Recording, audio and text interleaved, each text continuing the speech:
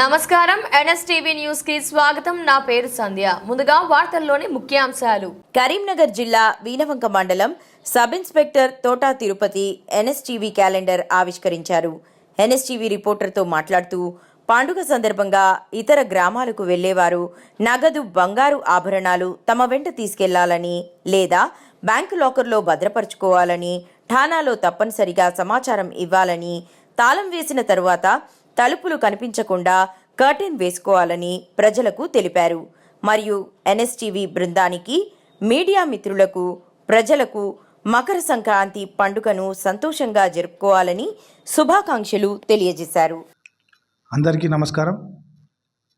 వీనవంక మండల ప్రజలకి, మిత్రులకి, శ్రేయోభిలాషులకి అందరికీ కూడా ముందుగా కనుమ, భోగి, సంక్రాంతి శుభాకాంక్షలు తెలుపుకుంటూ ప్రతి ఒక్కరు కూడా ఈ యొక్క సంక్రాంతి పండుగను వాళ్ళ కుటుంబ సభ్యుల మధ్య సంతోషంగా జరుపుకోవాలని చెప్పి కోరుకుంటున్నాము.